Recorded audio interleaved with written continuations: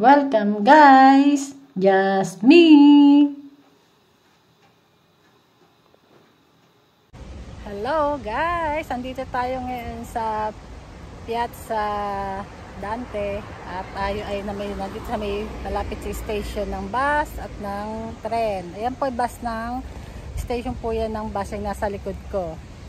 Ito po naman yung nasa may likod kong kabila, ayan ang station ng mga tren at dito tayo sa likod ang pinaka-park ng Piazza Dante. Ito, pakita ko sa inyo guys, walk tayo sa loob.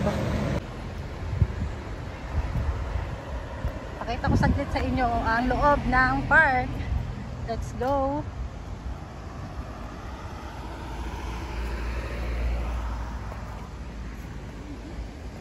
Huh?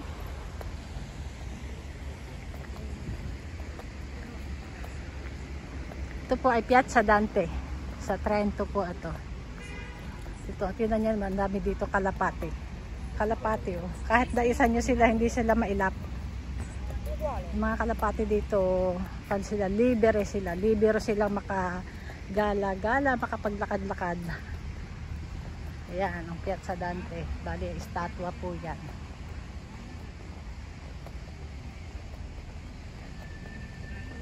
Ikot ko lang kayo dito saglit. Share ko lang tong isang park dito sa bayan. Ang bayan po ng Trento to. Bali na andito po sa piazza dito yung malapit ang station ng bus at ng tren. Yan.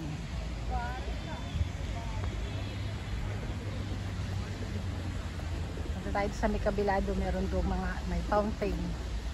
Dito tinatayo pagka magki-Christmas, yung mga ibang may mga pagkain tinda dito pag Christmas, at meron ding mga paglaruan sa mga bata.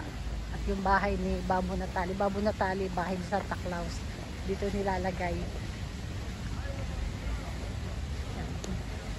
Wala pala mga design, maaga pa kasi hindi tulad dyan sa atin, maaga mag-design dito. Mga December pa yung maglalagay para sa Christmas decor. Yan, meron din ditong bar sa piazza. Kung gusto mag-bar, yan, pwede dito mag-relax.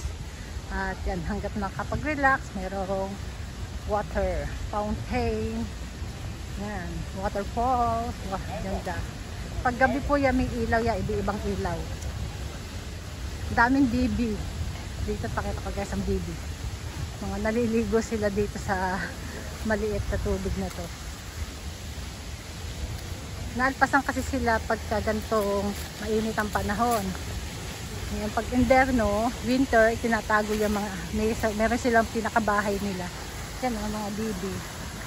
Libre lang po yan dito. Nakakapag-gala-gala sila. Hindi po yan hinuhuli dito. Nahayaan sila diyan na makapag laro-laro sa tubig. Yan o. Ano tayo dinadaanan. Nasa gitna tayo ngayon ng tubig na to.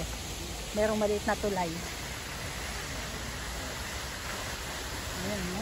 Ganda na guys. Kaya lang dami dito lagi nagtatambay. Ayan yung kabila. Yan sa may paloob po yan. Ito yung kabila.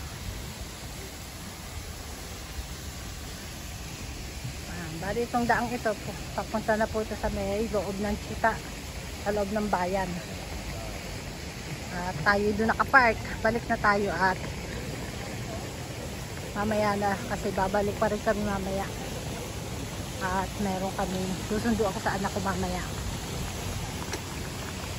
Yan, hindi ko kilala kung sino itong mga estatwang ito. Ayan, nakalagay. Pamilya Trentina Tipo. Ayan po, Pamilya Trentina po yan. Tipo, ayan po nakasulat.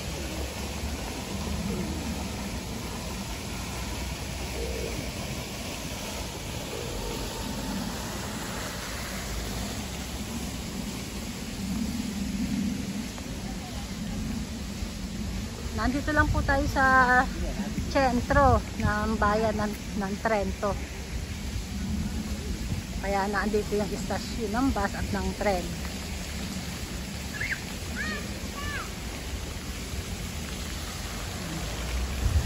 mga puno. Ang dami kasi dito, ano yun, meron pa tubig na bumukas siya.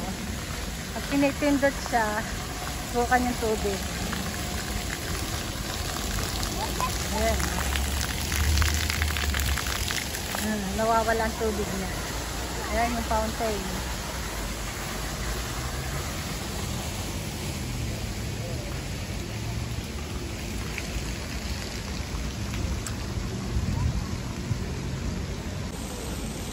Ayan guys, andito na tayo at medyo mainit. Mainit pa kasi biglang uminit ulit ngayon dito. Pero magsa-summer, mag-winter na rin.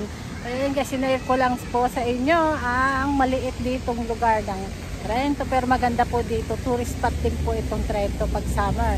Ayan mga guys, mga viewers. At sa mga paki-subscribe po sa aking channel na sa YouTube, yung Just Me. Like and share na rin po mga guys. Thank you po sa mga susuporta and God bless. Bye!